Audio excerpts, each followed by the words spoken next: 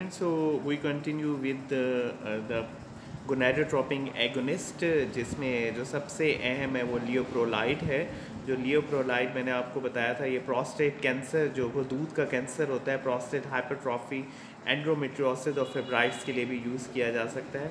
इसके अलावा एक और है जिसे हिस्टारलिन कहते हैं। ये non peptide gonadotropin releasing hormone है। ये इम्प्लांट किया जाता है। इम्प्लांट का मतलब ये इम्प्लांट किया जाता है ड्रग के, ताकि 1 साल तक इसका असर रहे। इसके अलावा गोनाडोट्रोपिन एंटागोनिस्ट भी होते हैं।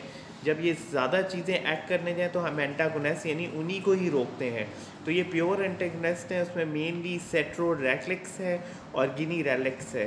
ठीक है, तो ये जौन से है टेस्टोस्टेरोन और एस्ट्राडियोल को इनिशियली तो इसमें सर्ज नहीं होता, लेकिन बाद में इसका ये फ़ायदा होता है कि ये जौन से है जो फर्टिलिटी साइकिल है उसको मेंटेन करने के लिए भी इस्तेमाल होता है। और इसके अलावा ये रिप्रोडक्टिव टेक्नोलॉजी के लिए भी यूज़ होता है। रिप्रोडक्टिव टेक्नोलॉजी लाइक आजकल जो टेस्ट ट्यूब है, और इसके अलावा एंड्रोमेट्रियोसिस है और बिनाइन प्रोस्टैटिक हाइपरप्लेजिया है, इसके लिए भी they are the used.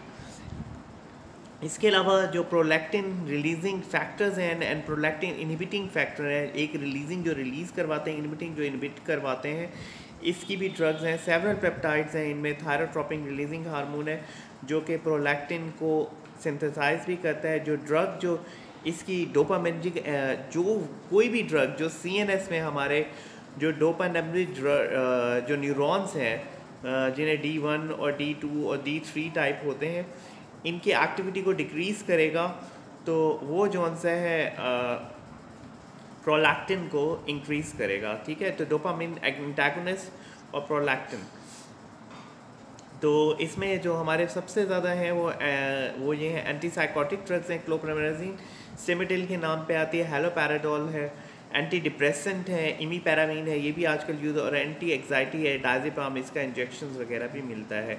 PIF जो कि प्रोलैक्टिन इनहिबिटिंग फैक्टर है, वो डोपामिन एगोनिस्ट से बनेगा। वो एंटागोनिस्ट ये डोपामिन, इसमें ब्रोमोक्रिप्टिन है।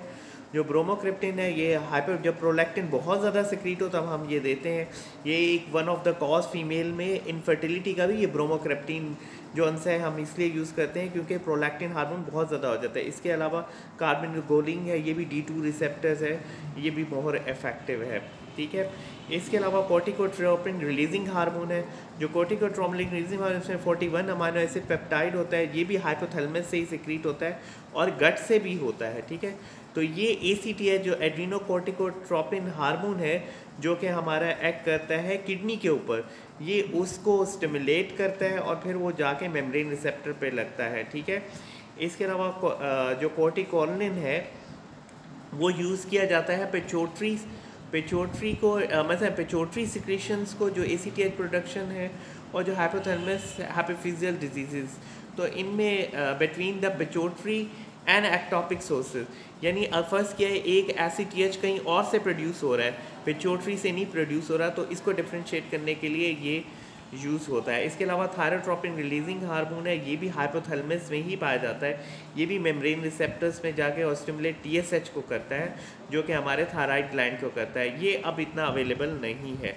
I hope you get my video.